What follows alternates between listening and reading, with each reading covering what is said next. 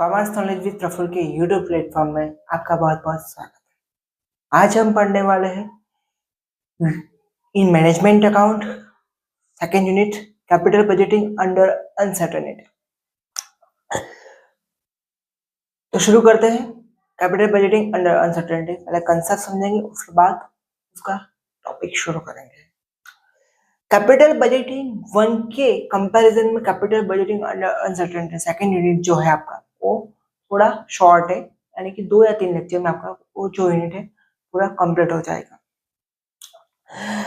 इस चैप्टर के वेटेज की बात करें तो 25% यानी कि पूरा एक यूनिट है कैपिटल बजटिंग अंडर अनसर्टेनिटी। इसमें सिर्फ 7 प्रैक्टिकल क्वेश्चंस आपको दिए गए। कंसेप्ट क्या है कैपिटल बजटिंग अंडर अनसर्टेनिटी वो समझते हैं। मान लीजिए मेरी कंपनी है, कंपनी एक्स करके। अभी मेरी कंपनी के पास 2 प्रोजेक्ट आए, project A and project B.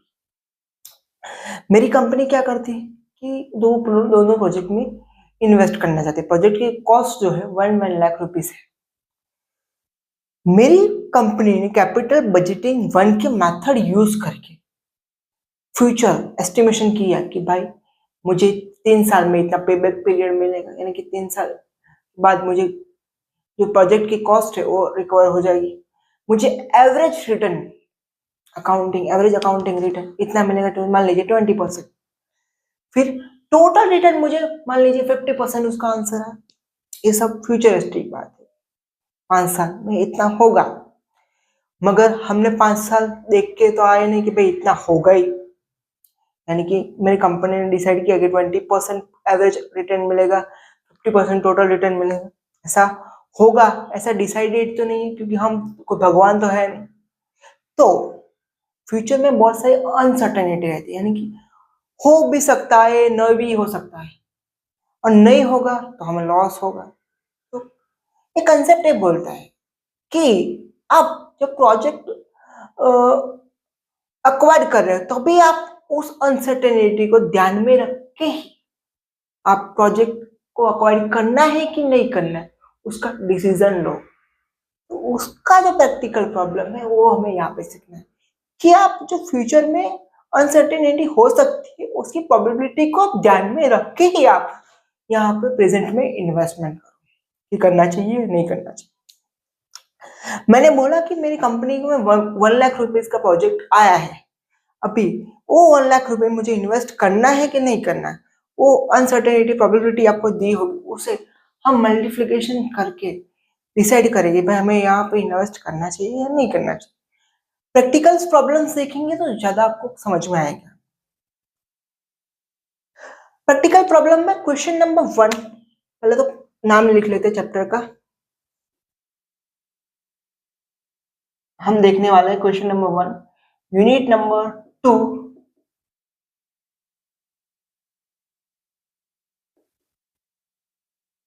Budgeting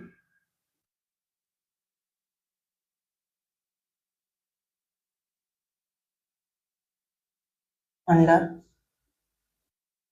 uncertainty.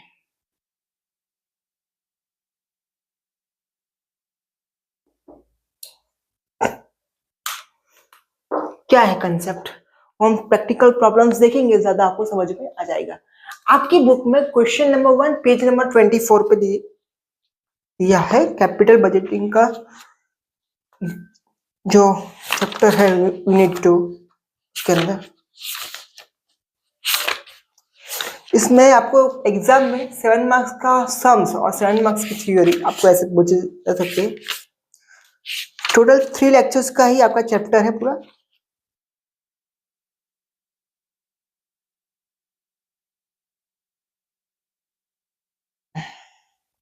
Question 1 page number 24, a company considering to purchase one out of 2 machine or production of new product, the investment of each machine will be rupees 1 lakh।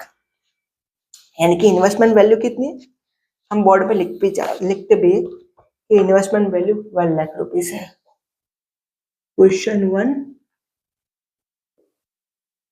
Investment value, 2 machine है company के पास, machine ए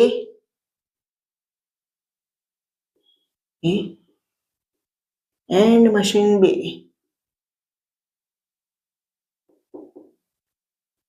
investment value दोनों की है 1,00,000 rupees.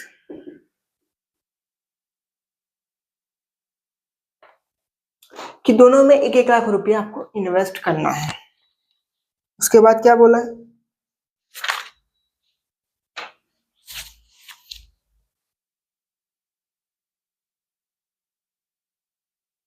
उसके बाद बोला है कि भाई एस्टिमेटेड कैश फ्लो कितना हो सकता है। कैश फ्लो अगर कंपनी की सिचुएशन कंपनी के फेवर में ही रही, अगर 5 साल में कंपनी के फेवर में रही, तो हर साल उसे 32,000 मशीन ए में से कैश फ्लो जनरेट होगा। यानी कि कंपनी की फेवर में सिचुएशन रहती है तो एवरी ईयर मशीन ए में से 32,000 कैश फ्लो जनरेट होगा। अगर कंपनी की सिचुएशन थोड़ी मॉडरेट हुई, यानी कि थोड़ा बहुत चेंज हो गया है, थोड़ा बहुत जो सोचा था उससे अलग हुआ, तो कंपनी की मशीन ए में से होगा 24,000 कैश फ्लो जनरेट होगा। अगर कंपनी की सिचुएशन कंपनी ने सोचा था उससे विपरीत हुई, यानी कि जो सोचा था वही हुआ ही नहीं, तो भी उसे 16,000 मशीन ए में से अर्निंग मिलेगी। मशीन बी में उस तरीके से दिया है कि अगर मशीन बी में इन्वेस्ट करती है और कंपनी की सिचुएशन फेवरेबल रही, तो कंपनी को मिलेगा 40,000 कैश फ्लो। अगर थोड़ा बहुत मॉडरेट हुआ, चेंजेस हुआ, फिर भी अगर कंपनी ने इन्वेस्ट किया तो उसे 20,000 मिलेगा। और उसमें भी विपरीत हो गया मशीन बी में भी, तो सिर्फ 1,000 रुपीज उसको अर्निंग मिलेगा एवरी ईयर कैश फ्लो। तो शुरू करते हैं हम। पहले हमें जो ऑप्टिमिस्टिक, पेसिमिस्टिक और मोस्ट लाइकली आपको कैश फ्लो दिए है कि अगर ऑप्टिमिस्टिक सिचुएशन हुई तो कितना कैश फ्लो होगा, पेसिमिस्टिक सिचुएशन हुई तो कितना कैश फ्लो होगा, और दिया है, हम लिख लेते हैं बोर्ड पे। मशीन ए के लिए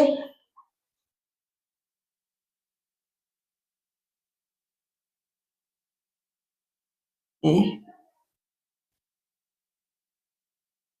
optimistic, most likely,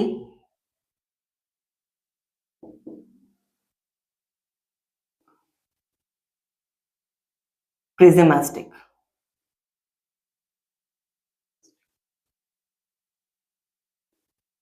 machine A का कैश फ्लो है 32,000 ऑप्टिमिस्टिक में, यानी कि फेवरेबल सिचुएशन रहे तो मशीन ए में 32,000 एवरी ईयर कैश फ्लो होगा। अगर थोड़ा बहुत अप डाउन हुआ तो 24,000, और पूरी विपरीत सिचुएशन हो गई तो सिर्फ 16,000 मिलेंगे मशीन ए में से। उसी तरह मशीन बी में हमें दिया है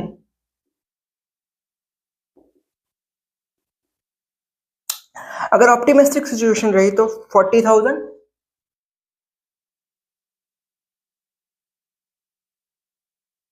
और मोस्ट लाइकली सिचुएशन रही तो 20,000 मिलेगा कैश फ्लो, और प्रिजमिस्टिक सिचुएशन रही तो 1,000 आपको कैश फ्लो मिलेगा मशीन बी में से। ठीक है, अभी आपको प्रेजेंट वैल्यू फैक्टर दिए होंगे। क्या दिया है present value factor? The cost of capital of is ₹14% and the present value factor is 5.66 आपको नीचे दिया है। यानी कि ये सब छोड़ो, ये तो फ्यूचर की बात हो गई। फ्यूचर में आपको अगर आपने ऑप्टिमिस्टिक सिचुएशन हुई तो 32,000 मिलेगा, मोस्ट लाइकली सिचुएशन हुई तो 24,000 मिलेगा, प्रिजमिस्टिक सिचुएशन हुई तो 16,000 मिलेगा। मगर अगर हम मशीन ए में अभी प्रेजेंट में इन्वेस्ट करते हैं तो आपको कितना प्रेजेंट कैश फ्लो मिलेगा, कि फ्यूचर हमने देखा नहीं, तो प्रेजेंट में कितना कैश फ्लो मिलेगा वो हमें फाइंड करना है। अनसर्टेनिटी तो छोड़ो, तो उसके लिए हमें प्रेजेंट वैल्यू फैक्टर दिए हैं 0.65, तो उसे लिख लेते हैं पीवीएफ प्रेजेंट वैल्यू फैक्टर 0.65, 0.65 और 0.65। मशीन ए के लिए प्रेजेंट वैल्यू कैश फ्लो है, पहले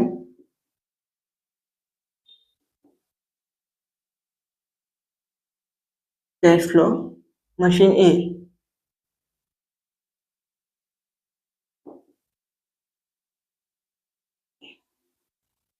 ए के लिए है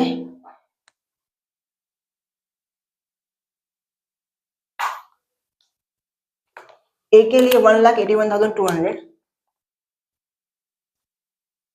81,200 मोस्ट लाइकली सिचुएशन में 24,000 मल्टीप्लाई बाय 0.65 मशीन ए के लिए 15,600 फिर अगर 16,000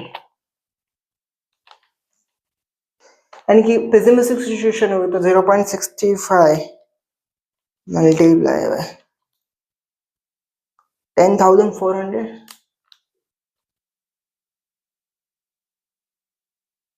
चेक कर लेते एक बार कैलकुलेशन में गलती ना हो इसकी। मैं बुक रख लेता हूँ साइड में और कैलकुलेशन एक बार चेक कर लेते। 32,000 मल्टीप्लाई बाय 0.65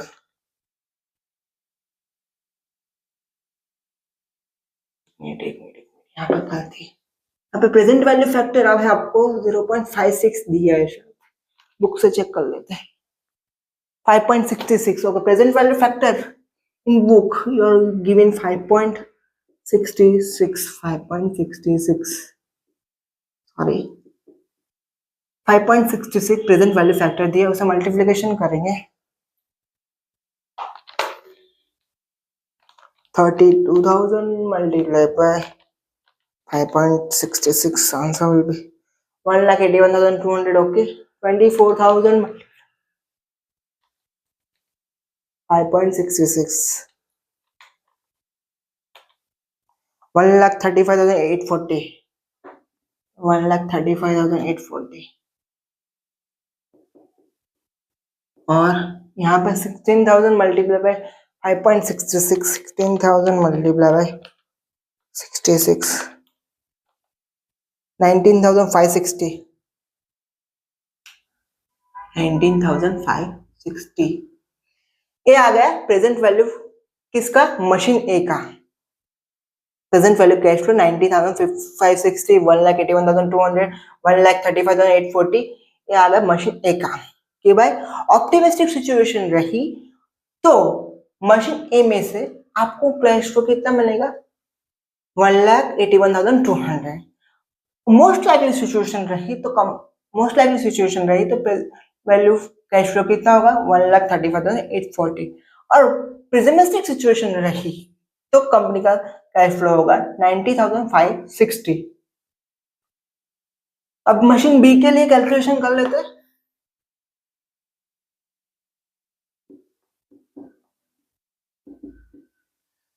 इसका 40,000 multiply by 5.60 present value factor same ही है तो मल्टीप्लिकेशन सिर्फ वैल्यू में चेंज होगा 2,26,400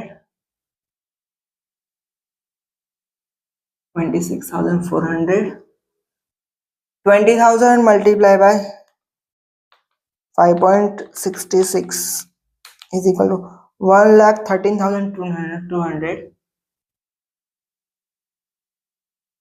और 1,000 multiplied by 5.66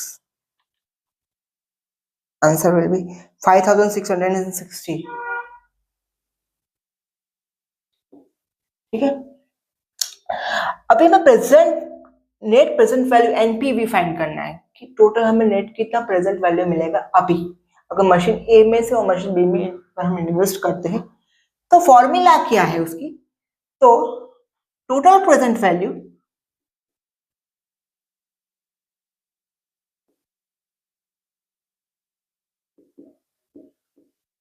value minus investment.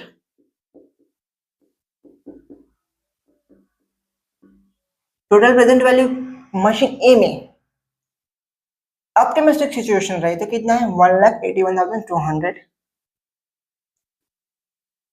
Minus investment कितना है 1,00,000 रुपीज। अगर मोस्ट लाइकली सिचुएशन रही तो मशीन ए का टोटल प्रेजेंट वैल्यू है 1,35,840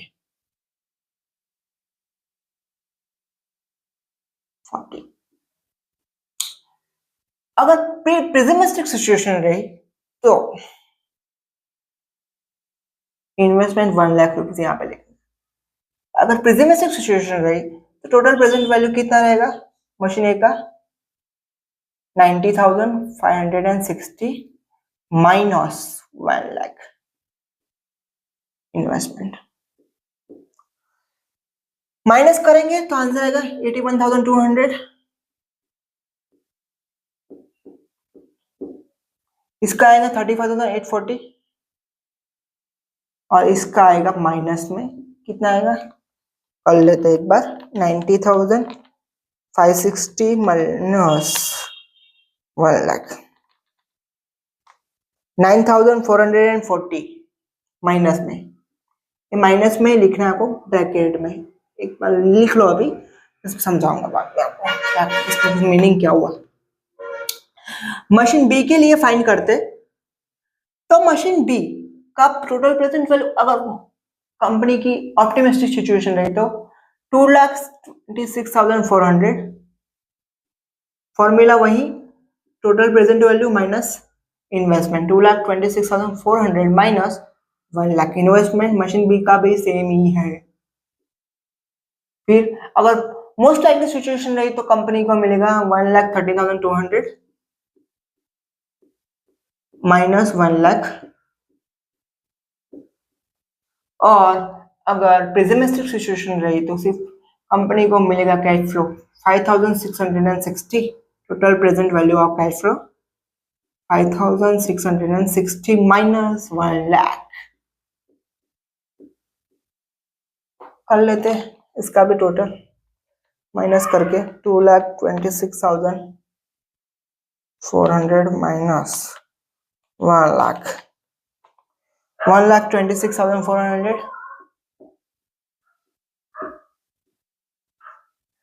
1,13,200 माइनस 1 लाख 13,200 और 5,660 माइनस 1 लाख 94,340 माइनस आपने आंसर में देखा हो तो समझाना चाहूंगा, आप आंसर में देखा तो दो जगह माइनस आता है, मशीन ए में भी माइनस आता है, मशीन बी में भी माइनस आता है। किस सिचुएशन में आता है कि कंपनी की सिचुएशन अगर विपरीत होगी, कंपनी ने सोचा था वैसा हुआ ही नहीं बिल्कुल, तो मशीन ए में कितना लॉस होगा 9,440 और अगर कंपनी ने सोचा था वैसा नहीं हुआ और कंपनी ने मशीन बी में इन्वेस्ट किया तो कितना लॉस हुआ 94,340। हम कंपनी है तो हम क्या सोचेंगे कम से कम लॉस हो, तो यहाँ पे आपको सजेशन करना है कि हमें किस मशीन में अगर इन्वेस्ट करना है तो हम इन्वेस्ट कर सकते हैं, तो जिसमें कम लॉस हो उसमें इन्वेस्ट करना चाहिए, यानी कि मशीन ए में इन्वेस्ट करना चाहिए क्योंकि मशीन ए में लॉस तो है मगर कितना है सिर्फ 9,440, जबकि मशीन बी में तो कितना लॉस है 94,340। इतना बड़ा लॉस थोड़ी ना कंपनी उठाएगी। तो इसकी बात यहाँ पे कंप्लीट होती है। क्वेश्चन नंबर 1 आपका यहाँ पे कंप्लीट होता है। मैं साइड में हो जाता हूँ, आप वीडियो पॉज करके लिख लेना है, उसके बाद हम सेकंड क्वेश्चन स्टार्ट करेंगे।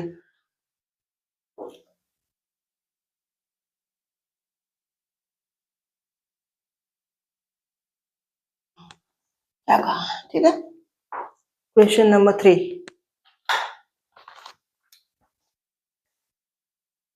question number 3 in book, the initial investment in project is 2 lakh rupees and its useful life is estimation is 3 year, यानी कि एक इन्वेस्टमेंट है, लाइफ आपको प्रोजेक्ट है 2 लाख रुपीस का और उसका यूजफुल लाइफ जो है यानी लाइफ जो है 3 इयर्स की, इज नो स्क्रैप वैल्यू, यानी कि कोई स्क्रैप वैल्यू है नहीं। तो फोरकास्ट कैश फ्लो यानी कि कितना कितना 3 साल में आपको कैश फ्लो मिलेगा, उसके बारे में डिटेल दी। तो फर्स्ट ईयर में 1 लाख, सेकेंड ईयर में 1,20,000, थर्ड ईयर में 80,000। The risk free rate discount is 10%, यानी कि अगर आप रिस्क, कोई रिस्क नहीं लेते, रिस्क को कैलकुलेशन नहीं कर, रिस्क को ध्यान में नहीं लेते, तो फिर भी अगर आपने इस प्रोजेक्ट परचेस किया तो आपको कितना बेनिफिट होगा? 10% बेनिफिट तो होगा। फिर आगे कहा है अगर आपने रिस्क लिया, पहले बोलते हैं रिस्क नहीं लिया तो 10% तो होगा, मगर आपको इच्छा होगी चलो ना रिस्क इन्वेस्ट करें तो रिस्क के साथ ही इन्वेस्ट करते हैं, तो आपको कितना कितना ईयर में रिस्क के साथ अगर आप इन्वेस्ट करते हो कितना प्रीमियम 10% के ऊपर कितना आपको कमाने मिलेगा उसका रेट दिया है। जो अगर आपने रिस्क लिया तो आपको फर्स्ट ईयर में मिलेगा ऑन 5%, फर्स्ट ईयर 5% आपको प्रीमियम मिलेगा 10% के ऊपर, सेकेंड ईयर में 10% प्रीमियम मिलेगा और थर्ड ईयर में 15% प्रीमियम मिलेगा। Calculate NPV net present value बोला है आपको कैलकुलेट करने के लिए, कैलकुलेट कर लेते हैं। Question number 3, book page number 25, question number 3 शुरू करते हैं। क्या क्वेश्चन में एक्चुअली कहा क्या है? फर्स्ट ईयर का कैश फ्लो है 1 लाख, सेकेंड ईयर का 1,20,000, इन्वेस्टमेंट कितना है 2 लाख, इन्वेस्टमेंट लिख लेते हैं 2 लाख।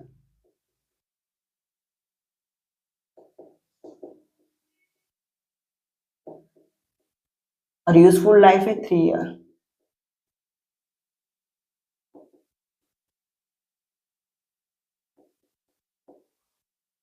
ठीक है, रिस्क फ्री रिटर्न हमें 10% मिलेगा, रिस्क फ्री रिटर्न 10%, ये भी लिख लेते हैं 10%। ठीक है, प्रीमियम रेट हमें दिया है ऊपर से 5%, 3% और सब। पहले कैश फ्लो लिख लेते हैं, फर्स्ट ईयर, सेकेंड और थर्ड।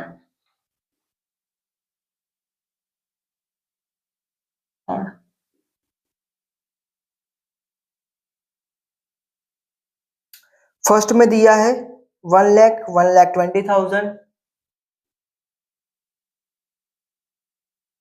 1,20,000 और थर्ड में दिया है हमें 80,000।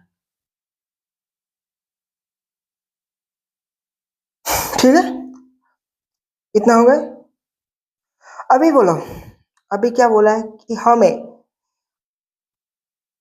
प्रीमियम अगर हम रिस्क लेते हैं और हम इन्वेस्ट करते हैं तो हमें 10% के ऊपर कितना मिलेगा? फर्स्ट ईयर में मिलेगा 5% यानी 15%, दूसरे ईयर में मिलेगा हमें 20%, क्योंकि 10% तो मिलेगा और उस पर 10% और मिलेगा तो 20%। थर्ड और लास्ट ईयर में मिलेगा हमें 15% और 10 और 25%।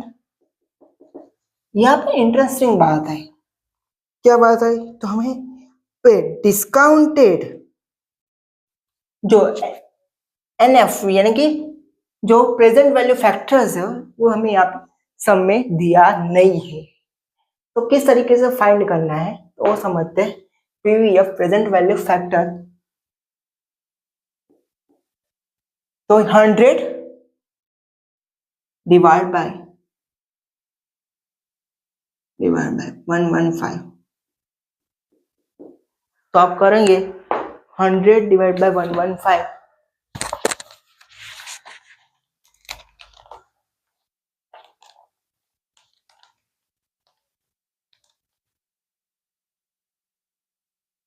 तो आपका प्रेजेंट वैल्यू फैक्टर 0.869।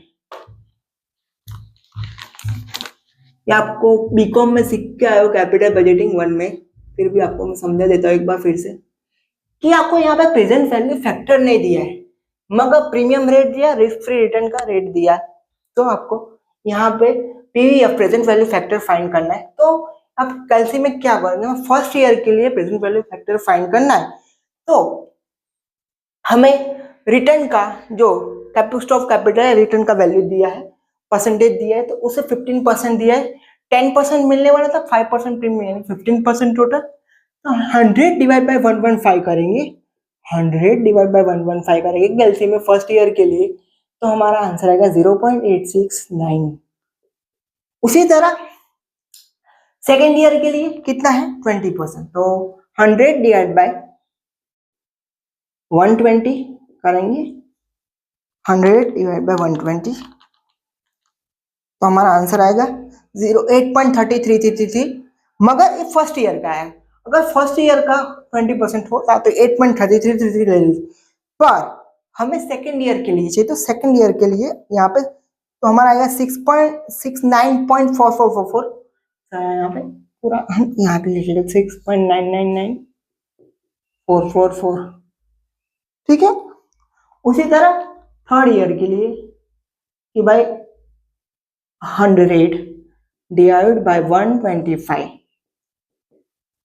तो हमें यहाँ पे 100 डिवाइड बाय 125 करेंगे तो आंसर आएगा 0.8, उसके percentage first time, second time percentage 0.512 present value factor, यानी कि मैं आपको फिर से समझा दूं, 0.512 आपका present value factor third year का अगर 25% आपका कॉस्ट ऑफ कैपिटल है, ठीक है। अभी इसे मल्टीप्लिकेशन करते पहले करते थे वैसे ही, 1 lakh divide by multiply by 0.869, answer will be 86,900, 86,000, 1,20,000 multiplied by 6.9999,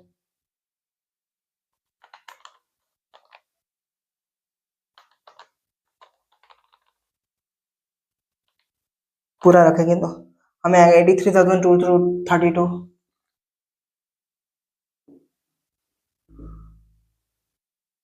फिर आएगा 80,000 multiply by 0.512, 80,000 multi, answer will be 40,960। ये आ गया आपका टोटल प्रेजेंट वैल्यू।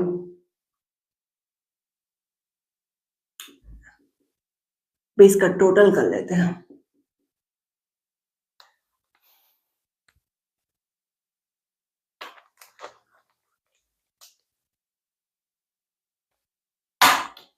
टोटल कर लेते हैं 83,280, ठीक है। इसका टोटल कर लेते हैं 6,900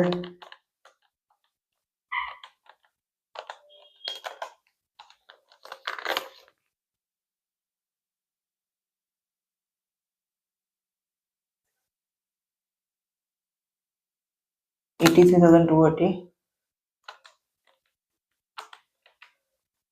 प्लस 86,900, तीनों साल का total present value of cash flow में 40,960, टोटल आंसर आया 2,11,140, आंसर कितना है 2,11,140।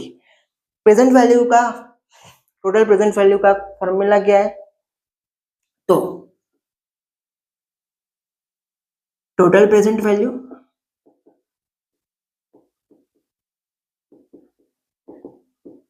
माइनस इन्वेस्टमेंट, इन्वेस्टमेंट हमें कितना दिया है,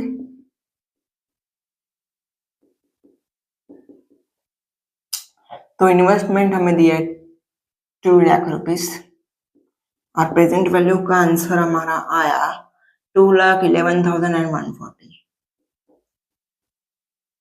तो हमें इन्वेस्ट करना चाहिए क्योंकि हमारा आंसर जो है पॉजिटिव है, कितना है 11,140। ये सम भी अब आपका क्लियर होता है, उसके बाद हम क्लास सम आज का देखेंगे, उसके बाद नेक्स्ट वीडियो में बाकी के जो 4 सम बचे हैं वो हम करेंगे। यहाँ पे हमें प्रेजेंट वैल्यू फैक्टर नहीं दिए थे तो हमने ट्रिक से फाइंड किए, ट्रिक कुछ भी छोटी थी, कुछ खास था इन पर। शुरू करते हैं question number 4 of the chapter. Today's lecture last some, आज का लेक्चर का लास्ट सम है क्वेश्चन नंबर 4, उसके बाद 2 सम बचेंगे मेरे लिए और 2 सम आपके लिए। और चैप्टर कंप्लीट हो जाएगा 2 लेक्चर में ही। क्वेश्चन नंबर 4 में हमें बुक में बोला गया कि 2 प्रोजेक्ट है, project A and project B. दोनों प्रोजेक्ट की कॉस्ट क्या है, तो क्या है भाई 1 लाख रुपीज। और उसके बाद बोला है कि जो लाइफ है प्रोजेक्ट की वो है 5 ईयर और नो कोई स्क्रैप वैल्यू नहीं। ठीक है, कोई प्रॉब्लम नहीं, कोई स्क्रैप वैल्यू भी नहीं। टोटल नेट कैश फ्लो आपको दिया है 5 साल का अलग अलग। प्रोजेक्ट ए के लिए पहले फाइंड करेंगे नेट प्रेजेंट वैल्यू और उसके बाद प्रोजेक्ट बी के लिए। ठीक है, फर्स्ट ईयर का 60,000, सेकेंड ईयर का 17,000, थर्ड ईयर का 15,000, फोर्थ ईयर का 35 एंड फिफ्थ ईयर का 30,000। प्रोबेबिलिटी दी है यहाँ पे 0.8, 0.6, 0.5, 0.4, 0.3। यानी कि मैं तो बोल रहा हूँ, मैं और आप बोल रहे हैं कि कंपनी ए अगर प्रोजेक्ट ए में इन्वेस्ट करती है तो उससे 60,000 कैश फ्लो फर्स्ट ईयर में जनरेट होगा। मगर हम बोलेंगे ऐसा तो होगा नहीं हर बार, उससे कम भी हो सकता है, उससे ज्यादा भी हो सकता है। तो हम क्या उस प्रोबेबिलिटी की मदद से क्या फाइंड करेंगे, probability of cash flow. Cash flow कितना जनरेट हो सकता है, तो आप बोल रहे कि 60,000 नहीं हो तो कितना हो सकता है, उसे उसे किस तरीके से फाइंड करेंगे, प्रोबेबिलिटी की मदद से। तो आपको क्या करना है, 60,000 multiply by 0.8, 70,000 multiply by 0.6, 50,000 multiply by 0.5, 35,000 multiply by 0.4, 30,000 multiply by 0.3। तो आपको मिल जाएगा probability of cash flow. Cash flow probability करते हैं 1 by 1।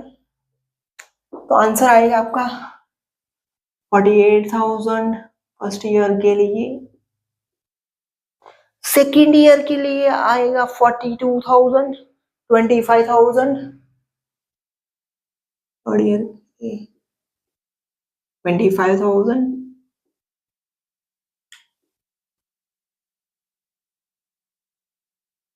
और फोर्थ ईयर के लिए आएगा आंसर अपन 14,000, 9,000, 9,000। ये काम का कंप्लीट हो गया। अभी हमें प्रेजेंट वैल्यू फैक्टर नहीं दिए है डायरेक्टली सम में, तो हमें फाइंड करना आता है किस तरीके से, cost of capital divide by 100, 100 divide by cost of capital. क्या है कॉस्ट ऑफ कैपिटल कितना है, तो 15%, तो 100 divide by 115 plus 100 plus 15, 115। Cost of capital इस सब में कोई चेंजेस नहीं कि इस ईयर में 15%, 20%, ऐसा कोई फिक्स कॉस्ट ऑफ कैपिटल 5 साल के लिए 15% है। तो हमें कैलसी में क्या करना है, आप कैलसी में ध्यान रखो। अभी मैं यहाँ पे कैलसी दिखा रहा हूँ, आप कैलसी में ध्यान रखो। 100 divide by 115, answer will be 0.869, answer will be 0.869 first year का 0.869। फिर क्या करना है, 5 साल का same he 15% cost of capital, हमें हर बार 15% 100 ईयर में 115 नहीं करना है, हमें फिर से परसेंटेज का साइन प्रेस करना है और मिलेगा 0.756, 0.756। थर्ड ईयर का आपको मिलेगा 0.657,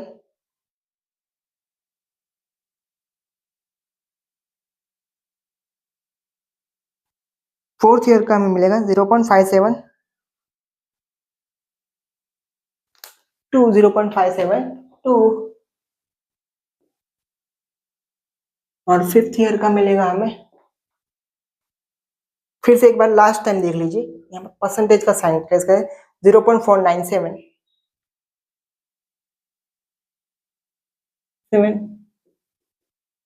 ये आ गया। अभी इसे मल्टीप्लिकेशन कर लेंगे तो हमें नेट प्रेजेंट वैल्यू मिल जाएगा 48,000 multiply by 0.869, m plus 41,712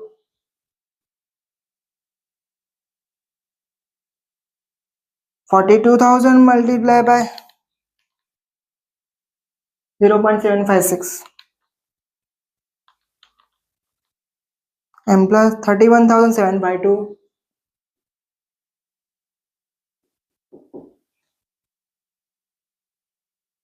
25,000 multiplied by 0.657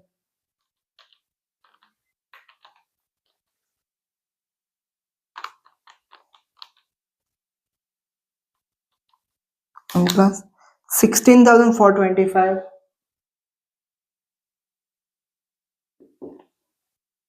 9,000 14,000 multiplied by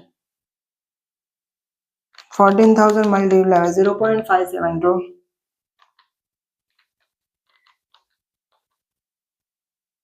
8,008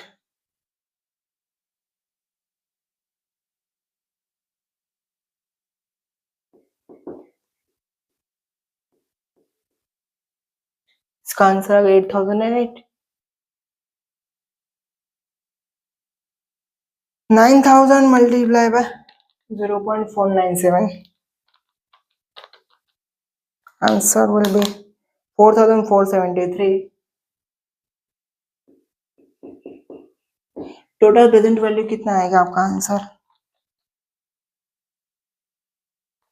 41,712 plus 31,752 plus 16,425 plus 8,008 plus 4,473 1,02,370 370 या 1,02,370 फॉर्मूला क्या है तो कि भाई NPV net present value is equal to total present value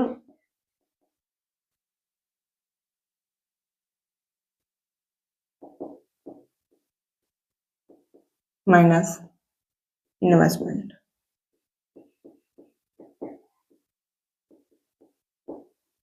total present value कितने 1,23,070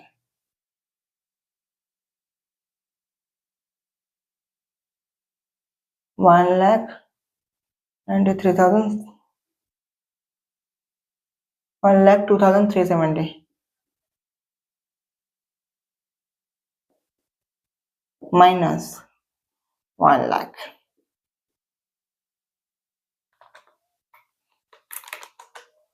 तो आंसर आएगा 23,2370 फर्स्ट प्रोजेक्ट का अगर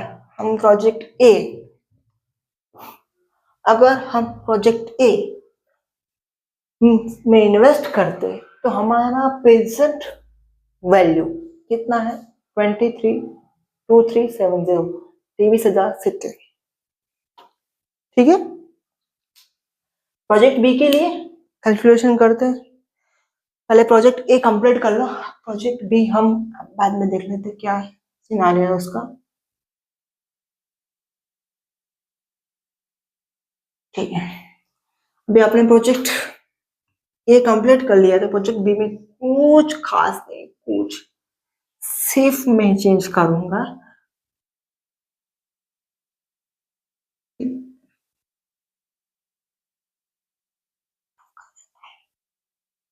ये मैं ऐसे रख दूंगा प्रेजेंट वैल्यू फैक्टर क्योंकि present value factor 15% cost of capital पे सेम ही है प्रोजेक्ट बी में भी तो हम प्रेजेंट वैल्यू फैक्टर उस तरीके से लिखे रहने देता हूँ मैं बोर्ड पे अपने और कैश फ्लो लिख लेता हूँ ठीक है चलो शुरू करते हैं प्रोजेक्ट बी का जो कैश फ्लो है कितना है उसकी प्रोबेबिलिटी क्या है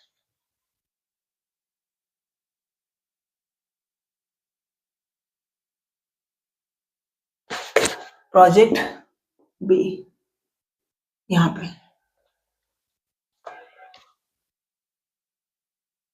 90,000, 1,30,000 कैश फ्लो फर्स्ट ईयर में, 90,000, 1,30,000 सेकेंड ईयर में, थर्ड ईयर में 50,000, फोर्थ ईयर में 30,000,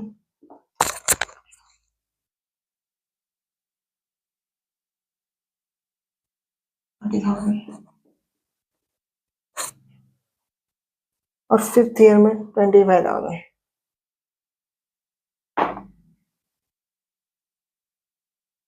प्रोबेबिलिटी हमें दी है 0.5, 0.4,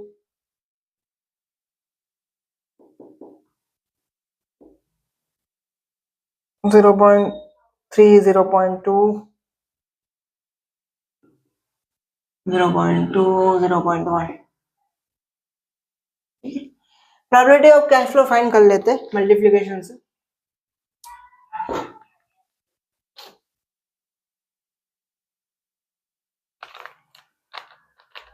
multiply by 0.5,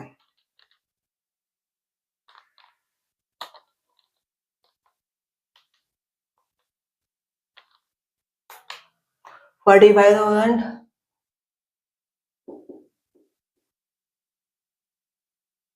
1,30,000 multiply by 0.4, 52,000, 50,000 multiply by 0.3,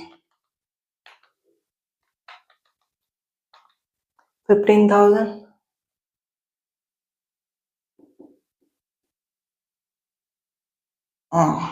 30,000 multiply by 0.2, 6,000,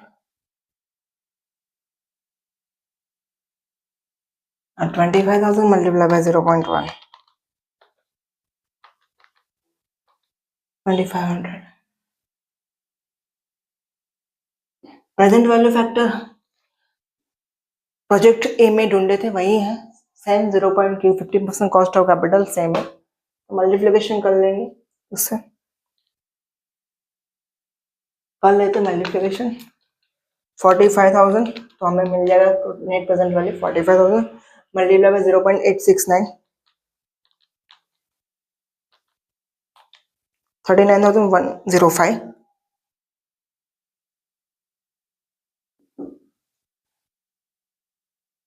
52,000 multiplied by 0.756,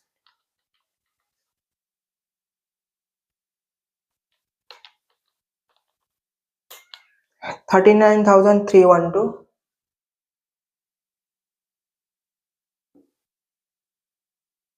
15,000 multiplied by 0.657,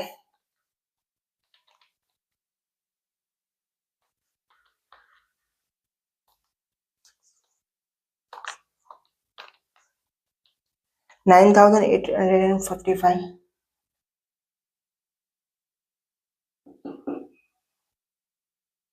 6,000 multiplied by 0.572,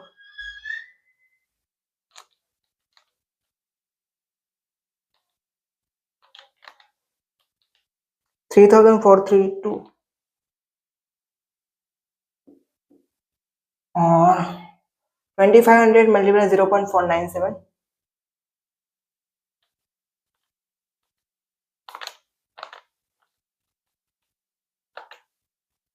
0.497,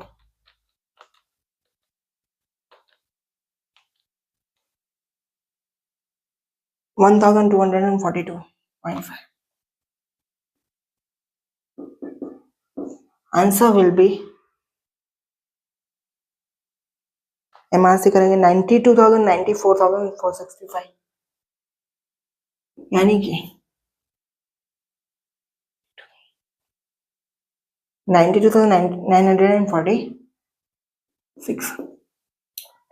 total present value कितनी 92,046,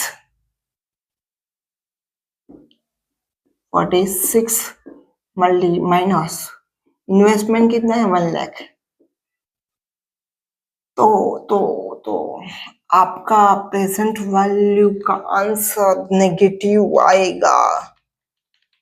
कितना आएगा?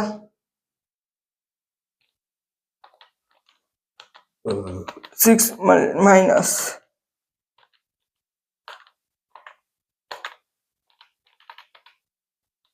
7,054 नेगेटिव है। तो हमें क्या सिलेक्ट करना चाहिए? Project A. अगर हमें इन्वेस्ट करना है 1 लाख रुपीज तो हमें प्रोजेक्ट ए में इन्वेस्ट करना चाहिए, प्रोजेक्ट बी में इन्वेस्ट नहीं करना चाहिए, क्योंकि प्रोजेक्ट ए में थोड़ा है प्रॉफिट है, मगर प्रॉफिट है। प्रोजेक्ट बी में तो लॉस ही है, तो लॉस को क्या इन्वेस्ट करें? लॉस में इन्वेस्ट करना चाहिए? नहीं करना चाहिए।